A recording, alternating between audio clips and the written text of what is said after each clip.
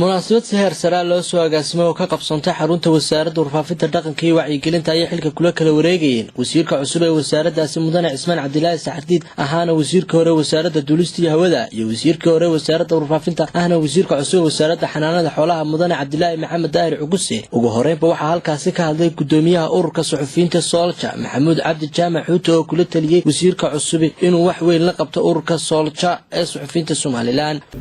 si fiican baan ugu shaqeynay Soolja ahaana runtii wax badan buu nala qabtay muddadii uu joogay ama muddadii markaan Soolja joogay waxa ka mid guulaha uu sameeyay uu fuliyay muddadii aan wada shaqeynay inuu ururka suxufiyiinta Soomaaliland miisaaniyadda qaranka ugu daray budgetkii baarlamaanka Soomaaliland oo wadaasiyay oo sanad wax badan ka tari doonta howlaha ururka sidoo kale sidii markaa agaasimaha uu sheegay mar walba maadaama uu soo cusub idaacadda caankana telefishin kiba caankana Soolja mar walba alaan ku soo dhacay waxa weeye suxuf baa la xiray institution saxaafadeed baa la xiray runtii wasiirku aad iyo aad buu nogala shaqeeyay sidii uu dhibaatooyinka bahda saxaafadda ku yimaada oo nogala qaban lahaa geedka kale waxa halkaasi ka hadlay wasiirka hore wasaaradda warfaafinta mudane Cabdilaahi Maxamed Daahir Cuguse oo ka warramay waxyaabihii uu qabsoomay iyo waliba waxyaabaha u harsan wasaaradda in laga dhameystiro waxaan xoog saarayaa ugu horeeya dayactirka iyo casriyeynta wasaaraddu ku shaqeyso dhinaca TV-ga iyo raadiyoyada iyadoo loola jaan qaadayo tiknoolajiyada iyo farsamooyinka casriga ah ee dunyada maalin walba isticmaasho waxaynu ku dadaali doonaa inaynu proactive noqono oo waynu garanaynaa cilladaha TV-ga inagaga dhacaya iyo raadiyoga inagaga dhacaye inaynu horta spare parts-kooda habo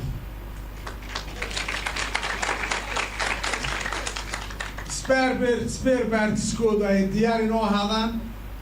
engineerska iyo farsamayaqaanyada meesha joogaan markay cillada timaado waxaan waa wax bini aadan sameeyey wax ilaahay abuuray maaha bini aadan baa sameeyey waxa bini aadan sameeyaana way xumaanayaan khasab waxa weeye inaynu ka hawlgallo sidaynu ugu diyaargaroobi lahayn maxaan ku dhahdaay oo aanay 1 minute ama idaacaddu ama TV-gu aan hawada uga baran markaa qorshahaas hadduu farsamo u baahan yahay hadduu lacag u baahan yahayba waynu ka hawlgelin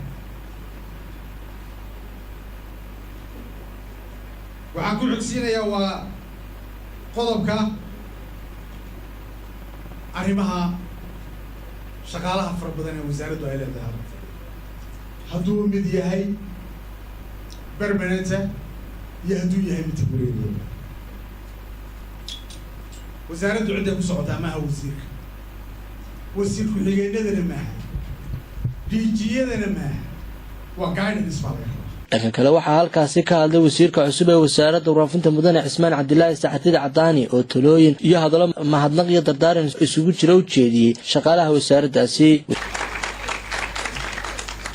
spare parts-kooda ay diyaar inoo ahaadaan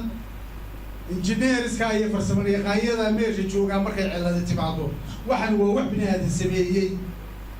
wax ilaahay abuuray maaha bini aadan baa sameeyey waxa bini aadan sameeyaana way xumaanayaan khasab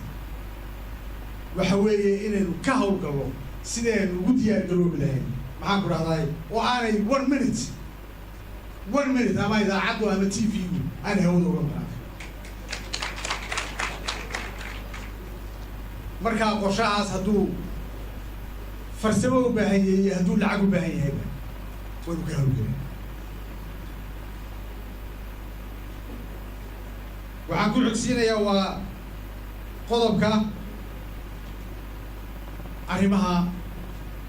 shaqaalaha fara badan ee wasaaraddu ay leedahay hadduu mid yahay permanent iyo hadduu yahay mid temporary wasaaraddu cidday ku socotaa maaha wasiirku xigeenadana maaha DG-yadana maaha waa guidance baa laga si kastaba ahaatee munaasabadan ayaa ku soo gabagabowday jawi farxadeed oo degan waa Luqmaan Maxamed Faarax Somali Cable Hargeysa.